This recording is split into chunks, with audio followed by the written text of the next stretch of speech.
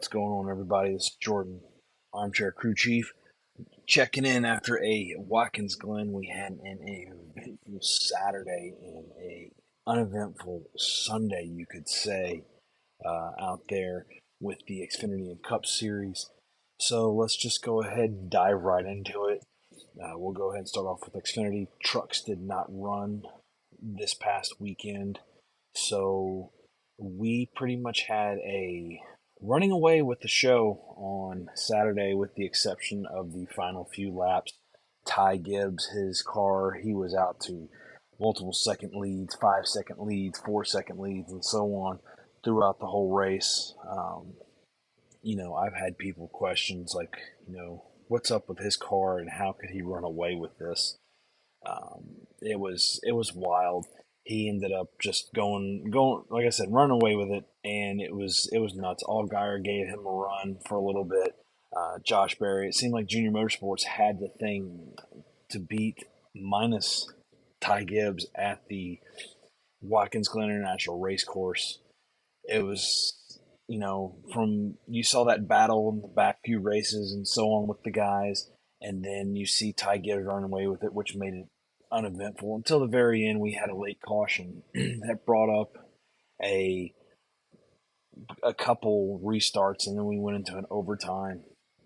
And the best thing that happened, if you're an Xfinity regular fan, but not an Austin Hill fan, is Sam Mayer came in. He drove it in hard, wheel chattered, wheel hopped it, and he kind of spun Ty Gibbs to take him out.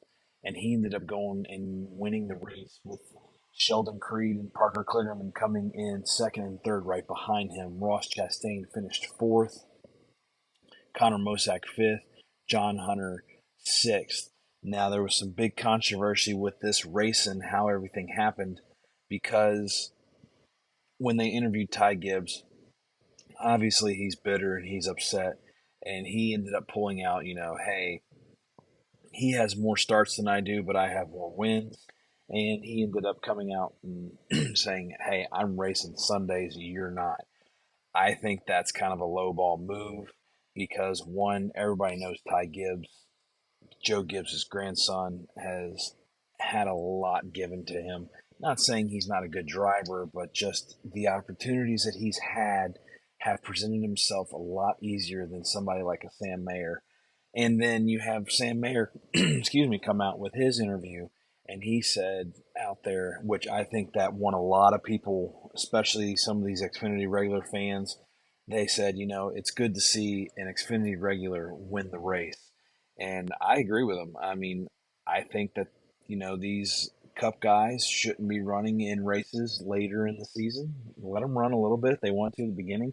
But I can't stand it when they come out there and they clean the field like this, and you have this going back and forth and fighting, and then they just take the points away, because we got guys fighting for playoff points with few races. I think 3 races left now in the Xfinity regular season, and you have this Cup guy coming and taking 10 points away from people, and NASCAR just lets them take the points. I heard somebody say, which isn't a bad idea, if you're going to have a Cup Series regular come out, wherever they place, first, third, whatever, they don't get the points, and those points trickle down so that, 11th would get points, so to speak, if it was only one Cup guy up there. I kind of like that idea. I doubt NASCAR will do that. But, I mean, in my opinion, Watkins Glen, I've liked watching Watkins Glen in the past, but it was one of those things that was kind of rough to watch, and pay attention to. And then we move on over. We'll talk about the playoffs here shortly, but moving on over, we're gonna jump right into the Cup Series side of things. And starting lineup, you had Denny Hamlin get the pole, William Byron second, Michael McDowell third, Ty Gibbs fourth. So there, we were talking about that before with McDowell and Gibbs being up there. Larson Allmendinger sixth. Larson was fifth. Those guys are road course guys, and so we're hoping to see some movers and shakers go forward. So we bump into stage one. McDowell ended up passing everybody and running, and he did well. He just had a series of unfortunate events on pit road, and then his engine expired on him. So he hurt himself by driving through too many pit boxes on his pit. And then on the other pit that he had, his pit crew hurt him there too by getting over the wall too fast. So it was a team effort, for lack of a better term, for Michael McDowell to hurt him, and then just the series of unfortunate events. The engine expired on him towards the end, so that that ended up hurting him as well. But you know, I don't know. McDowell had a really strong showing. I thought he might have been able to repeat. He was sitting there and he was able to keep Byron off. He passed Denny Hamlin with ease. Hamlin ended up just, he got the pole and then he was just holding people up. And you could see that when he was racing, and then he slipped and people were able to get past him. So that's how it moved on. Moving on to stage two. And remember, guys, stages on road courses, there are no stage breaks anymore. They just wave the flag and they keep going, which I personally like. William Byron got stage two, Denny Hamlin second, Ty Gibbs third, Kyle Larson fifth, AJ Allmendinger, Kyle Larson fourth, AJ Allmendinger fifth. And so that pretty much cemented the race. I mean, we had some unfortunate events for Chase Elliott in the final. They were going and they were about to get on their last pit, and his crew chief and his team just they ended it for him. It wasn't even Chase. I've been calling Chase out for his break, his NASCAR break, and what he does and how he hurt himself and that hurt him. Well, he was running pretty strong. I don't know if he would have won the race, but his crew chief and his team miscalculated on fuel, and he pretty much ran out right at the bus stop in that little safe area, if you want to call it that, where he just ran out. He flipped the switch, and they're like, "Oh, you got 3 laps to go." And even the guys on the TV were thinking, that's a lot for a reserve fuel cell. So yeah, they just miscalculated and hurt themselves big time. Um, Byron ended up leading 66 laps. He got the win. And, going from 10th up, we had Logano in 10th, Blaney in ninth, Reddick in 8th. He had a pretty decent um, recovery from how poor everything went. Chris Buescher in 7th, Martin Truex Jr. in 6th. He took a poor, low teens car up into the top 10. Ty Gibbs finished 5th, AJ Allmendinger 4th, Christopher Bell third, Denny Hamlin second. William Byron just ran away with it. This race, it was, in my opinion, it was very uneventful. It was boring. I thought the same way about Indianapolis last week when McDowell won. There was hardly any passing. There was hardly any fighting. You had your number one go out to a huge lead, and it got boring. I didn't want to watch it. So at the same time, it was one of those things that hopefully they can get this figured out and fixed going forward with these road courses, because it seems like if you don't have any wrecking going on in the beginning like they had at Coda, or they even got rid of at Indianapolis on the restarts, there's nothing there. These guys, I don't know. I don't know what they've done with this car and road course racing, but again, to me, it's been very boring. This race was, I think, an hour and 40 minutes long, and we only had, if I remember correctly, 2 cautions. One was Chase Elliott, and then they had the other one, and they had some guys spin out, and I was hoping for some cautions to kind of bring the field back together and maybe spice it up a little bit, but that never happened. And so I think NASCAR with this new car, I'll agree with door bumper clear on this one that I saw.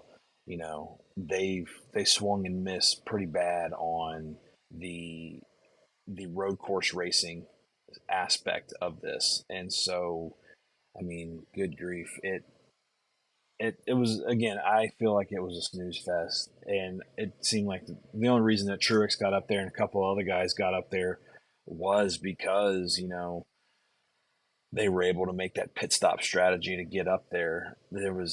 I don't think you didn't really have a lot of passing. I mean, McDowell, when he had his first penalty, he started passing because he had a faster car, but it's almost like, I don't know. I would have wished for more sparks, not saying more accidents, but more passing and things like that going forward. So, yeah, I don't know how we see going forward. We do have Daytona coming up, and that one I heard on NASCAR radio, and I agree with them on this one too. So I've been agreeing with a lot of aspects from different people. Is you're going to have a lot more caution flags thrown at Daytona this coming Saturday night than you did at Indianapolis and at uh, at the Watkins Glen course. So if you want a wreck fest, if you want something crazy, then Saturday night's what you need to watch because that's where it's going to be. So we got that going into there. We'll go ahead and we will again lackluster. I think on the Cup Series racing, William Byron brought out his big goofy hat, which he didn't even start. That came from Noah Gragson, but you can't talk about Noah Gragson because somebody disliked. Rumor has it somebody disliked him, dug up dirt on him from 3 years ago, and then brought it out. And we're just switching gears into a little bit of that news and everything. Dale Earnhardt Jr. came out and said, I think he should go into Xfinity, a winning Xfinity or a winning truck, and rebuild some of his reputation and do it that way. I agree with him on that with Noah Gragson. I think Noah Gragson got himself into poor equipment. And then you have somebody like a Jimmy Johnson that's trying to make it like a Hendrick Motorsports. And Hendrick Motorsports to me, their drivers have lackluster, if you ask me. It seems like they make them very docile. It's not like a Stuart Haas racing or I mean, heck, even Joe Gibbs or RCR. As much as I don't like RCR, they have personality. Between Kyle Busch and between Austin Dillon, they have some personality there. I mean, you look at Joe Gibbs, you have personalities between Martin Truex Jr., who's very introverted and kind of sticks to himself, to Denny Hamlin, who, I mean, I don't know what you want to classify Denny Hamlin. I'm not a big fan of him, but, he's very full of himself and he's very confident in that. So you have that going forward. You have Penske, they have their dress code and everything. But then you go back and you look at some of these quote unquote Penske games between IndyCar and Cup Series, and it shows some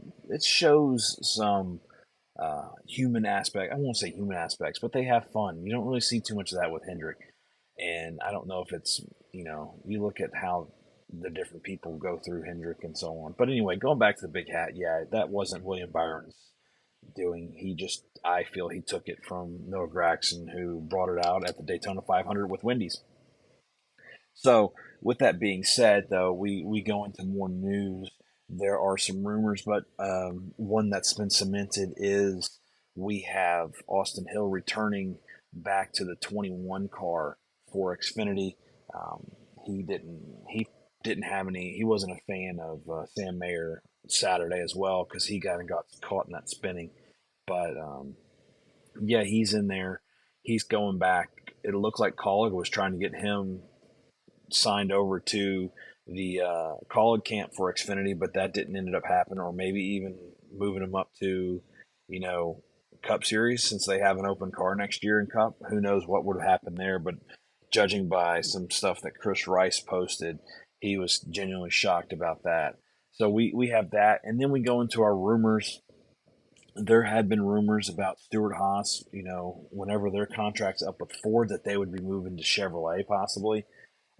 Now we have more rumors coming out that 2311, and this all stems off of Denny Hamlin. Denny Hamlin doesn't have a contract yet for next year. It seems like it's the Kyle Busch deja vu all over again, where Joe Gibbs either doesn't have the sponsorship money for him, or I don't know what Coach Gibbs would be doing at that time. But you have this stalemate between Denny and Joe Gibbs racing, and now there's more rumors coming out. 2311 met with Ford 2 weeks ago, 3 weeks ago now at Michigan.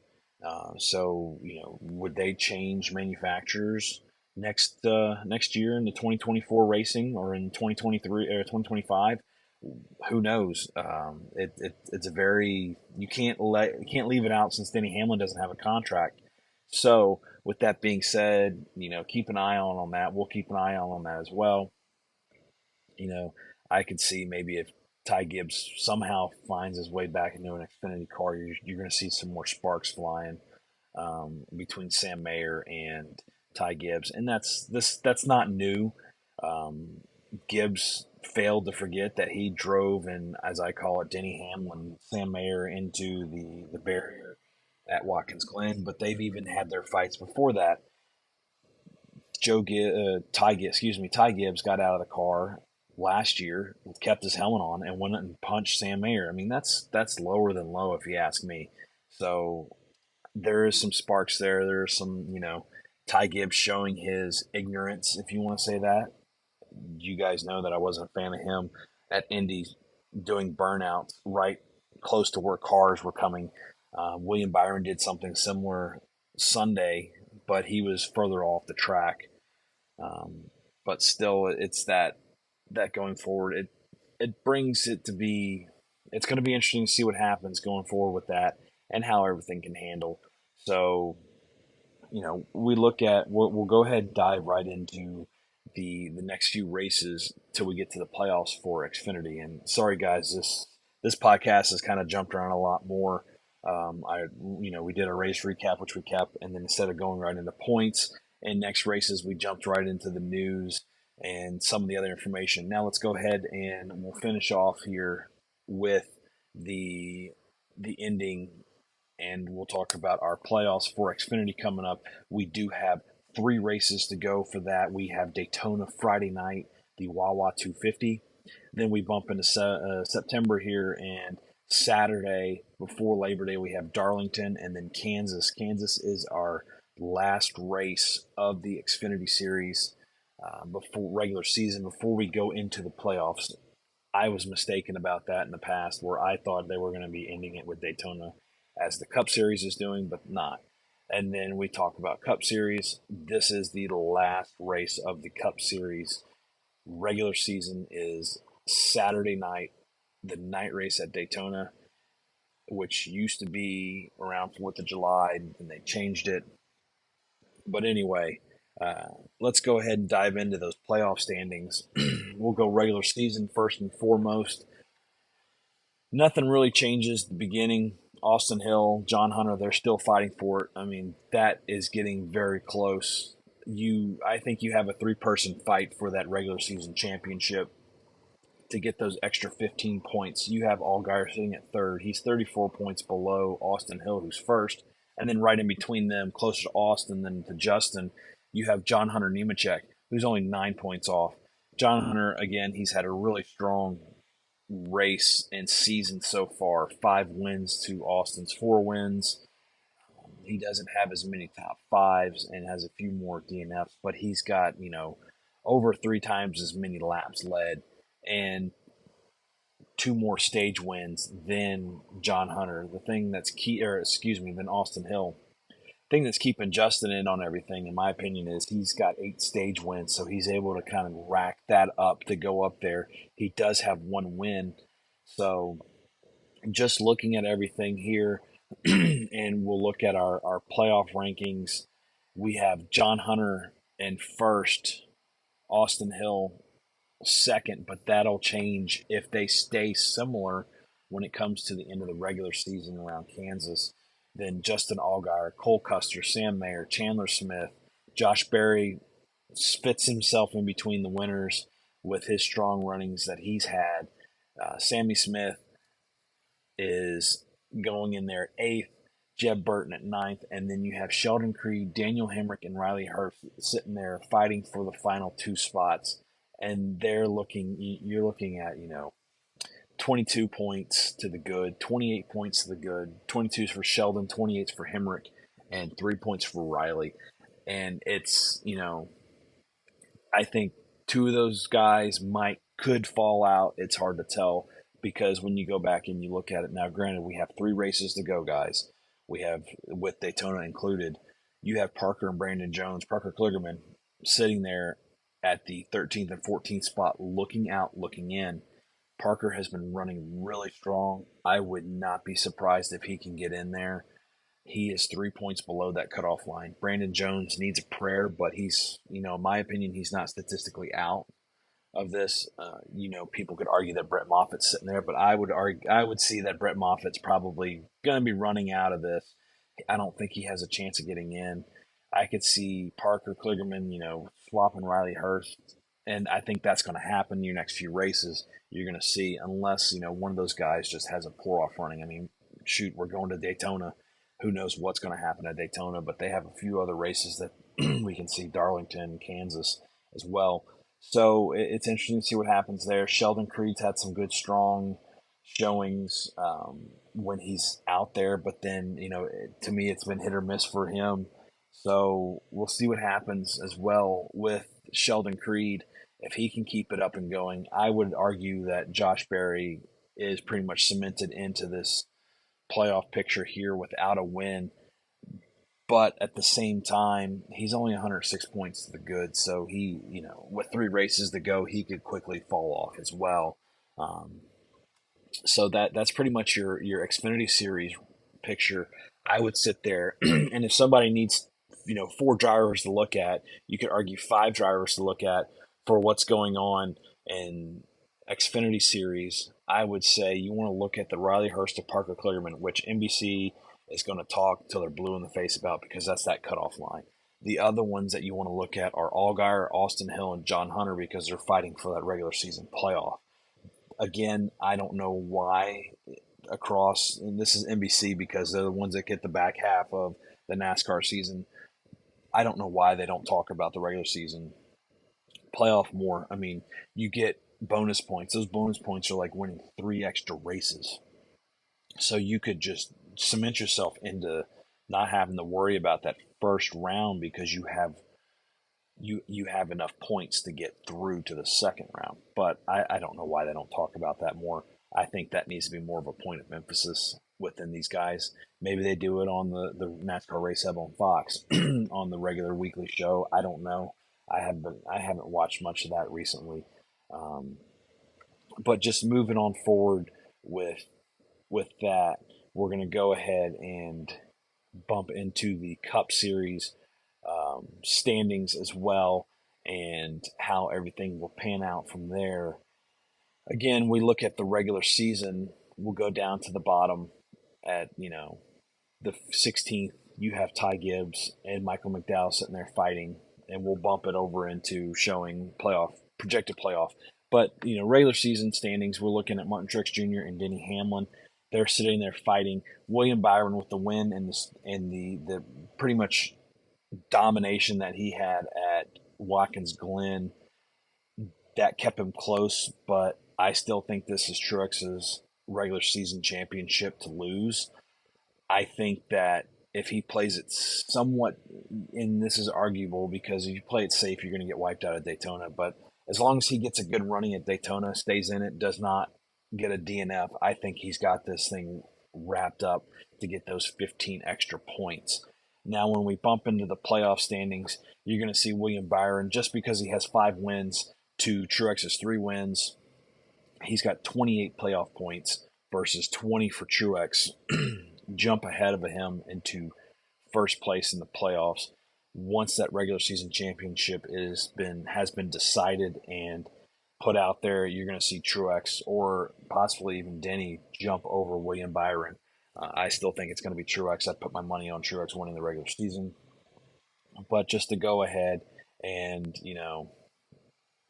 William Byron, we'll go through our 16 here, starting at first and go down to 16. Byron, Truex, Hamlin's your top 3. Then you have Larson, Busch, Busher. Then Christopher Bell, Chastain, Blaney, Reddick, Logano. Keselowski jumped over Kevin Harvick for point wise in their race, but they're both locked in. But you have Keselowski, McDowell, Stenhouse Jr., Kevin Harvick.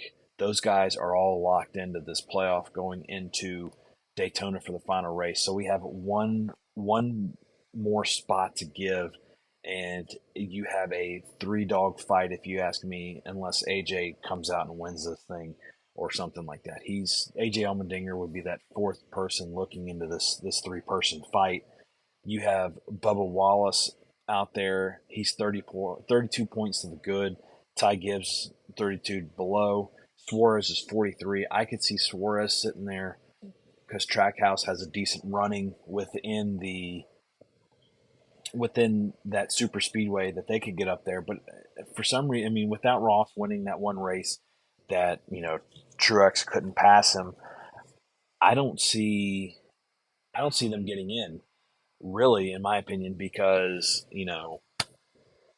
they haven't done that hot, or Ross gets in on points because Trackhouse, they were good last year. They had quite a few wins, but I don't know if it's got to be something with people ganging up on Ross Chastain and how he drives to kind of try to calm him down. But it seems like Trackhouse hasn't been what they used to be. Looking at Suarez, he had some strong runnings, but then he just gets wrecked out, and sometimes you just get the bad luck. Um, so just looking at that, yeah, I mean, Suarez could jump both Bubba and Ty. I don't know. I think it's going to be a Bubba or Ty getting in, and then you have Allmendinger, who I think he's your dark horse. He can come up, show up, and get past everybody. The people looking out that are locked out, or not locked out, but I would say they're pretty much statistically eliminated. We're looking at Alex Bowman sitting at 20th and Chase Elliott sitting at 21st. Those are your guys that they both got hurt. Alex Bowman fractured his back, if I remember correctly, got out two races. Who knows where he would be with those two extra races? Excuse me, it might be more races that he missed. I can't fully remember. And then Chase Elliott with his broken leg, losing those races that he did. I think he would be in the playoffs if it wasn't for his broken leg. So, with that being said, we have an interesting fight here between more. This one's a little bit different than Xfinity. I would look more down below at Bubba and Ty and see what they can do. And then, I'd keep an eye on Bubba Wallace, Ty Gibbs, Suarez, and Allmendinger. I wouldn't, and then if we get the big one, look and see if, it collects William Byron, Martin Truex Jr., and those, or Denny Hamlin, um, and see where they play out on this and see how it goes. I don't know. I think I said it earlier this year. I think William Byron's going to end up winning it. That was for some other reasons that I think, put on the tinfoil hat conspiracy with Hendrick Motorsports. But Truex sitting there making a good strong running. He's been consistent. Let's see if he can string some more wins together to see what happens there. And then Denny, I think Denny's going to do anything he can because he's still hunting that first championship. So I think that's going to be those are your races to watch there. So moving forward, let's go ahead and look at the weekend schedule for the racing. It is backwards because you're used to Cup Series racing on Sunday and Truck Series racing on Friday. That's not going to happen this weekend. Friday, we start off with qualifying for both Xfinity and for Cup Series. Xfinity is going to be 4 p.m. on USA, so they're taping it and replaying it because you can't break up Chicago Fire and all those and Austin PD or whatever they play because we can't have a dedicated sports channel. That's another rant for another day. But it's going to be 3 p.m. live Eastern, and that will be streamed on NBC Sports Plus. If you don't get that or don't have access to that, 4 p.m. on USA will be the qualifying. 5:05 Eastern, we will have qualifying for the Cup Series. That will be on USA, MRN, SiriusXM. And then we go into our race at 7:30 Eastern, the Wawa 250 on USA, MRN going forward. And then we dive into Saturday. Saturday, we have our truck and our ARCA Menards at the Milwaukee Mile. This will not be on TV, not streaming, nothing, but you're going to be having your practice and your qualifying for. You have practice for Truck Series and qualifying and practice for the ARCA Series going on. And then at 7 Eastern, you're going to have the Coke Zero 400. That will be on NBC, Peacock Network, MRN, and SiriusXM. And then if you think you're done watching Cup Series, or not even Cup Series, NASCAR for the weekend, you get a double whammy on Sunday where you were going to have ARCA Menards starting at 1 Eastern. Really, you're going to start off at 11:30 Eastern, the qualifying at Milwaukee for the Truck Series. That will be on FS2. Then you go into the Menards at 1 Eastern on FS1. And then we have the Clean Harbors 175 for the Truck Series at 4 p.m. Eastern, FS1 MRN. So we're going to be going from a Cup Series potential wreck fest probably Friday night and Saturday night just because it's Daytona and super speedways to a Craftsman Trucks history of you got these young guys, they're going to wreck and beat and bang off each other. So you have that building up there as well. So don't forget to watch in for those. We'll talk about the finishes and any other news that might pop up between now and then. And I hope you guys have a great rest of your week, and we'll catch you next week. Take care.